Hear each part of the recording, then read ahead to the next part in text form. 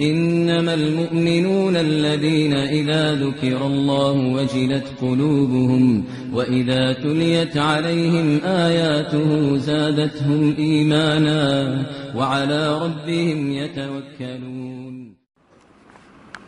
وأشهد أن لا إله إلا الله وحده لا شريك له وأشهد أن محمدا عبده ورسوله.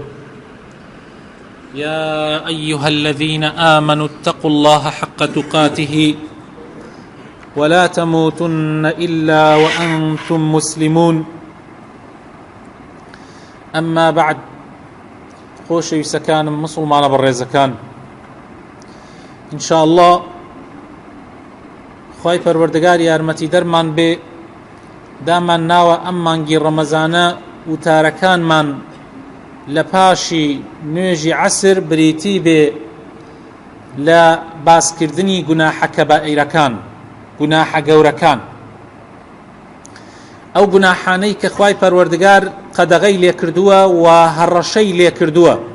زانایان وا پێناسەی کەبائیر ئەکەن، کەبائیر و گوناحی گەورە ئەو گوناحانەیە کە خوای تەعالی قەدەغەی لێ کردووە، یان پێغەمبەری خۆشەویستمان صلی الله عليه وسلم لە حەدیثی صحیحە قەدەغەی لێ کردووە، پاشان هەڕەشەی کردووە کە بە ئاگر یان بە جەهەنەم یان بە لەعنەتکردن لەو کەسەی کە ئەنجامیەدا.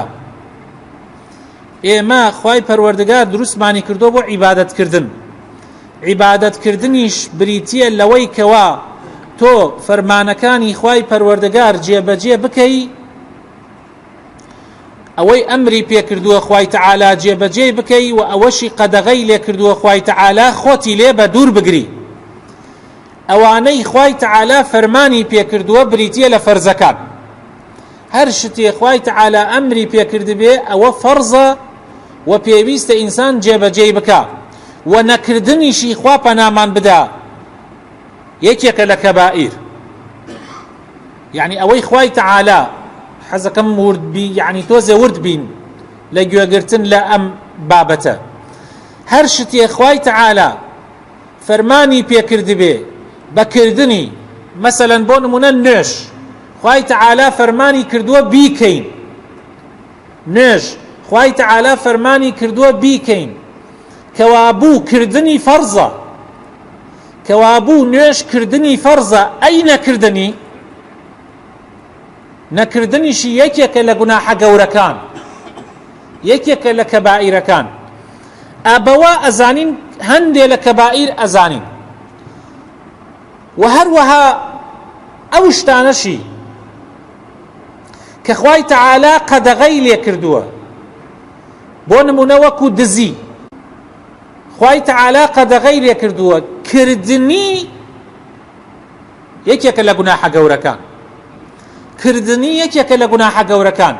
ئەی نەکردنی لەبەر خاتری خوای پەروەردگار ئەجر و پاداشتێکی زۆر زۆر گەورەمان بۆ ئەنووسرێ، ئەجر و پاداشتێکی زۆر زۆر گەورەمان بۆ ئەنووسرێ، بەڵام لەبەر خاتر خوا نەیکەی، بۆت بگونجێ و تۆ نەیکەی. لەبەر خاتری خوای پەروەردگار بۆت بگونجێ و تۆ نەیکەی، ئەجر و پاداشتێکی گەورەت بۆ ئەنووسرێ. کەبائیر یعنی گوناحە گەورەکان چەندانن؟ پێغەمبەر صلی الله عليه وسلم لە حەدیثە 7 دانە باسەکە، هەر ناویانە با ئەفەرمێ ئەکبەر الکەبائیر، یعنی گەورەترین گوناحە گەورەکان. زانایان لە قورئان و حەدیثەوە جگە لەو 7 هەندێکیان ئەڵێن 7 دەنگیان دەرکردووە، 7 گوناحەیە کەبائیرە. هەندێکی تریش لەوە زیاتریان باس کردووە، تەنانەت پیاوێکی وەکو ئیمامی ئیبن حەجەری هەیتەمی نزیکەی 400 دەنگ باسەکە. ئەوەی کە من عەرزتان یەکەم کتێبێکە کە ئیمامی ذەهەبی نووسیەتەوەی دەربارەی کەبائیر، نزیکەی 7 کەبائیری تیا باس کردووە. جا ئێمە بە ئیزنی خوای پەروەردگار دانە دانە ئەچینە سەر ئەو کەبائیرانە و ئەو گوناحە گەورانە و باسیەکەین و ئاەت و حەدیثی لەسەر ئەهێنینەوە بۆ ئەوەی بزانین چەندێک گەورەیە چەندێک ئینە تاوەکو بتوانین ئینشاء الله خۆمانی لێ بپارێزی. یەکەم گوناح کە ئیمامی ذەهەبی باسیەکە لە کتێبەکەیە بریتیە لە شەریک قەراردان بۆ خوای پەروەردگار، هاوبەش بڕیاردان بۆ خوای پەروەردگار. خوای تەعالا ئینسانی خەڵق کردو بەڵام ئەو ئینسانە ئەڕوا شەریکی بۆ قەرارەدا، خوا خەڵقی کردە ئەڕوا داوا لە غەیری خواکە، خوا ڕۆزی دەرە ئەڕوا بەتەمای ڕزقە لە غەیری خوا. ئەوە یەکێکە لە گەورەترین گوناحەکان وەقەتیش خوای پەروەردگار لێی خۆش نابێ ئەگەر ئینسان پێیەوە بمرێ، خوا پەنامان بدە. یعنی هەموو گوناحێ قابلە بەوەی غەیری شرک، قابلە بەوەی ئینسان مرد خوال عەفویکە. هەرچی گوناحەیە جگە لە شەریک قەراردان بۆ خوا لەوانەیە خوای تەعالا لێت خۆش ببێ بە تەوبەکردن، و لەوانەشە بەبێ تەوبەکردنیش خوای تەعالا لە ڕۆژی قیامەتا لێت خۆش ببێ. یعنی ئەگەر تۆبەتیش نەکردی بێ لەوانەیە لێت خۆش ببێ، چونکە خوای تەعالا ئەفەرمێ ئین الله لا يغفر أن يشرك به. خوای تەعالا هەرگیز لە کەسە خۆش نابێ کە شەریک بۆ خوا قەراردا. ئەی غەیری ئەوە، غەیری شەریک قەراردان، هەر گوناحێکی تر لەوانەیە خوای تەعالا یەکسەر لێت خۆش ببێ. یعنی ئەگەر تۆبەشت نەکرد بێ لەوانەیە خوا لێت خۆش ببێ، بەڵام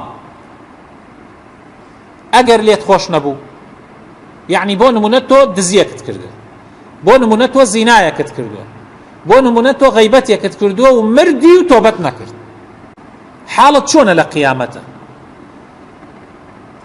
لەوانەیە خوا لێت خۆش ببێ، لەوانەشە لێت خۆش نەبێ، بەڵام ئەگەر لێتیش خۆش نەبێ بەقەدەر ئەو گوناحە عەزاب تەدا دوایی هەمەت خاتۆ بەهەشت. ئەمە زۆر مهمە بیزانین. تۆ ئیمانداری مادام شەریکت بۆ خوا قەرار نەداوە، مادام لەسەر شەریک قەراردان بۆ خوا نەمردی، تۆ ئیمانداری، یعنی ئەگەر گوناحێکتیش هەبێ خوا لەوانەیە لێت خۆش ببێ، ئەگەر لێتیش خۆش نەبێ عەزاب تەدا بەقەدەری گوناحەکە، دوای ئەوە خوای تەعالا ئەدخاتەوە بەهەشت، دوای ئەوە خوای تەعالا ئەدخاتەوە بەهەشت. بەڵام تەنها گوناحێ کە لێخۆشبوونی نییە و ئەگەر مردی لەسەری لە سەتاسەد های لە جەهەنەما شەریک قەراردانە، ئین الله لا يغفر أن يشرك به. خوای تەعالا هەرگیز خۆش نابێ کە تۆ شەریکی بۆ قەرار بدەی، ويغفر ما دون ذلك لمن يشاء. جگەل لەوە خوای تەعالا لێبوردەیە بۆ هەر کەسێ بێوێ. سورەتی نیسا ئاەتی 48.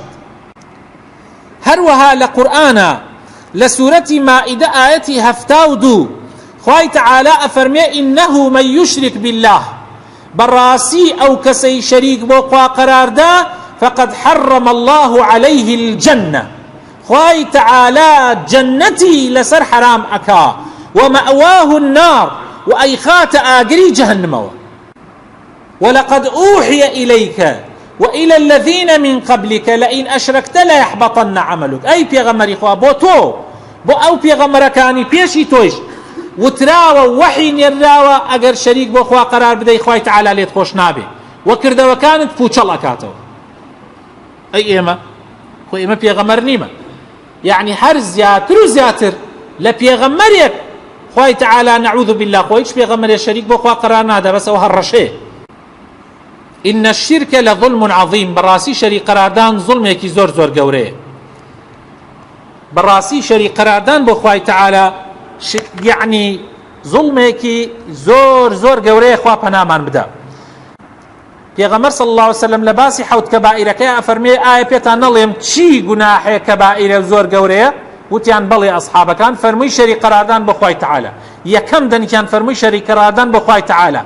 لە حەدیثێکی ترە ئەفەرمێ خۆتان بپارێزن لەو حەوت شتەی کە ئینسان کردەوەکانی ئینسان هەموو پوچەڵ ئەکاتەوە. وتیان چی ئەی پێغەمبەری خوا؟ فەرمووی یەکەمیان فەرمووی شەریک قەراردان ئەوەیە کە شەریک بۆ خوا قەرار بدەیت. ئێستا من ئەمە قسەی ئیمامی ذەهەبی بوو تەعەیرە. ئیمامی ئیبن القەیم لە کتێبی مەدارج السالکینە تێ شەریک قەراردانمان بۆ ڕوون ئەکاتەوە. بزانم ئێمە هەر ئەڵێن شەریک قەراردان شەریک قەراردان، ئەفەرمێ شەریک قەراردان چییە؟ ئەڵێ شەریک قەراردان دوو جۆرە. جۆرێکیان شەریک قەراردانێکی بچووک جۆرێکیانی شەریک قەراردانێکی گەورە. ئەوەی شەریک قەراردانی بچووکە ئەوەیە کەوا لە کەبائیرە گەورەکانە. یعنی شەریک قەراردانی بچووک یعنی لە جەهەنەما بە هەتاتایی نامێنیتەوە، بەس ئەتخاتە جەهەنەمەوە، خوا پەنامان. ئەمە بچووکەکەی. گەورەکەی دەرچوونت نییە جەهەنەم. شەریک قەراردانی بچووک وەکو چی؟ ئیمامی ابن القیم لە کتێبی مەدارج السالیکین باسێکە ئەفەرمێ شەریک قەراردانی بچووک وەکو چی؟ وەکو ئەوەی سوێن بە غەیری خوا بخۆی، وەک ئەوەی سوێن بە غەیری خوا بخۆی. ڕیایەکی بچووک تو دێیتە مزگەوتەوە بۆ خوا هاتی بۆ مزگەوت، هیچ نیەتێکت نەبوو، بەڵام کە دەست کرد بە نوێژ کابرایەک دەنگی کابرایەکت بیست هەلە خۆتۆ نوێژەکەت تۆزێ خۆت جوانۆ کردو، یعنی بۆی کابرا بتبینێ.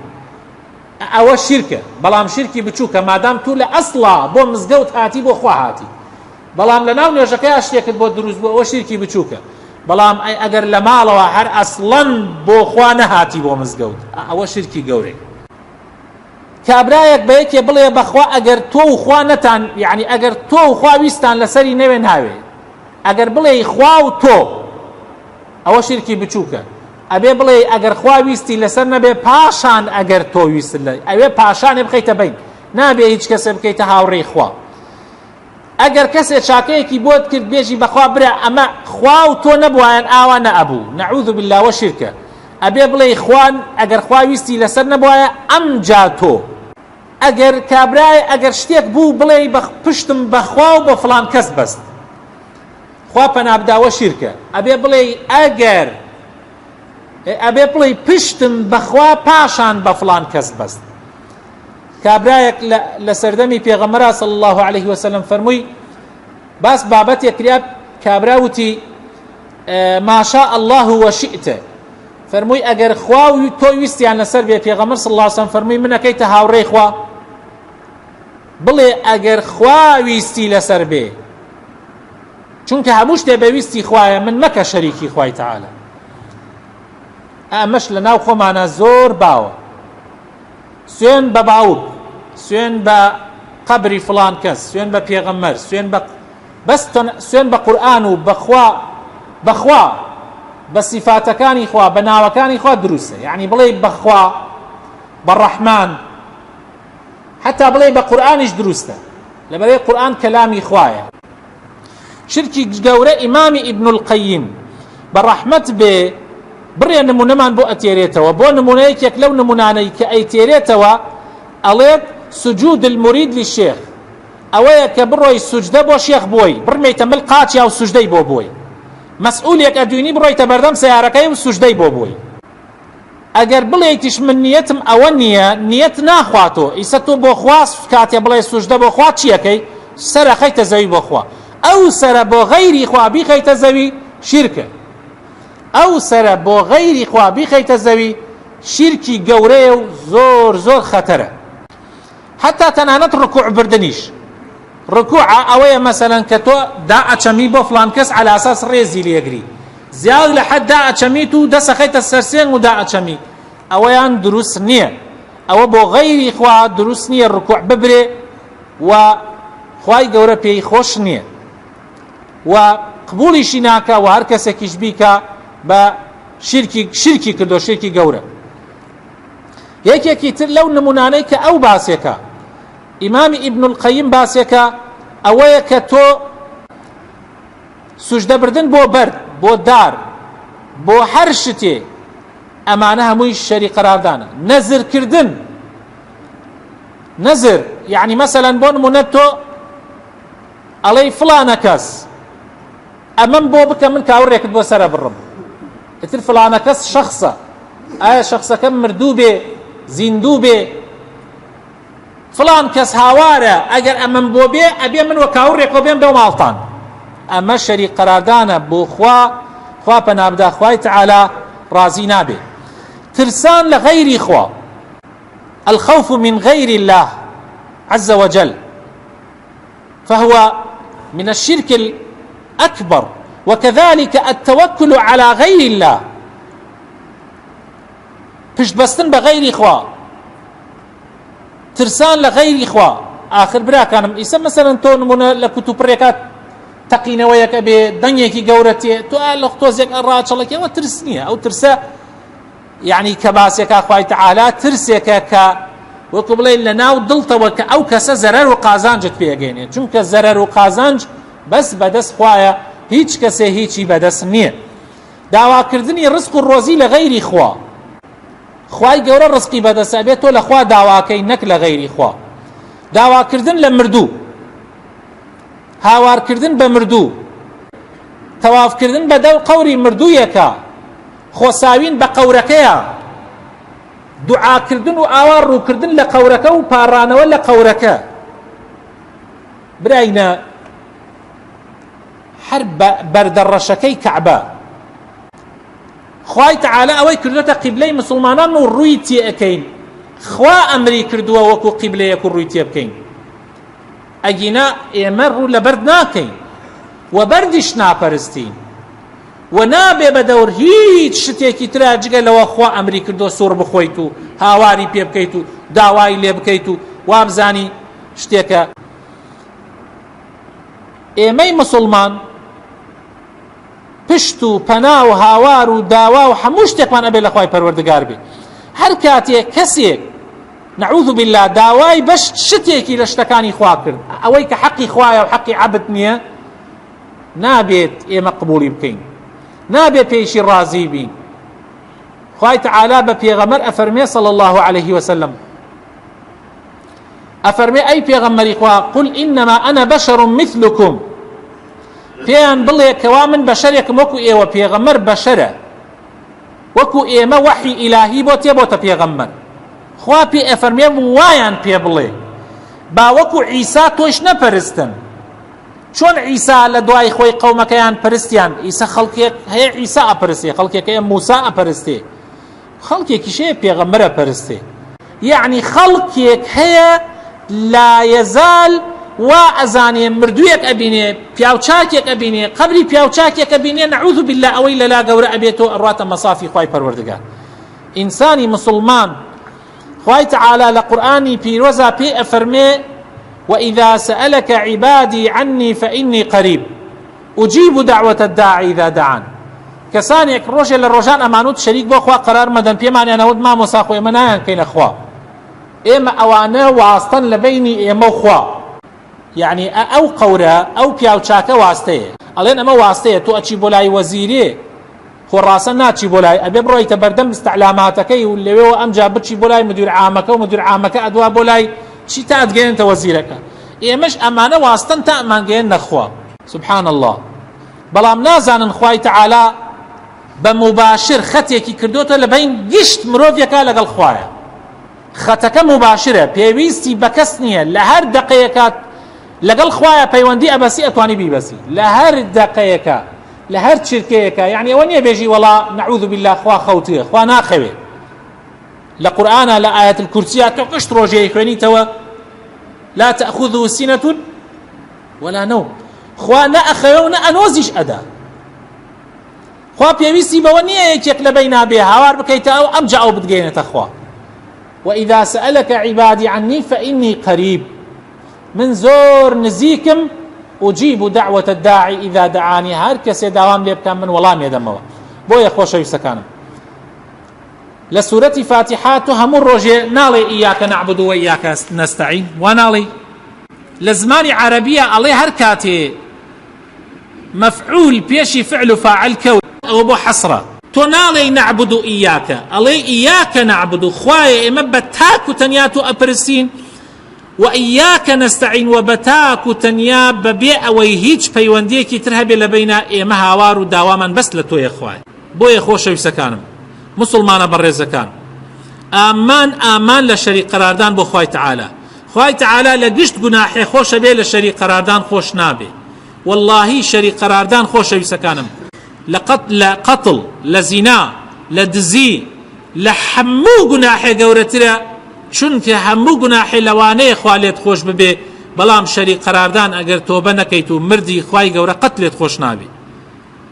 لەبەر ئەوە هەرچی پێغەمبەر هاتێ یەکەم قسەی ئەمە بووە هەرچی پێغەمبەر هاتووە یەکەم قسەیان ئەمە بووە دوای ئەوەشتی تریان باس کردووە یەکەم قسەوتویانە لا إله إلا الله بەس خوایە مستحق پەرستنە و ئەبێ من هەموو نەوعە پەرستنەکانم ڕووبکەمە ئەو داواکارم خوای گەورە بخاتم ناوە جوانەکانی خۆی ڕەحمان پێ بکە هیدایەتمان بدە نوری ئیمان بخاتە دڵەکانمانەوە مان پارێزێ لە هەموو شرک و لە هەموو کردەوەیەک نەعوذ بالله کە شەری قەراردانی تیابێ.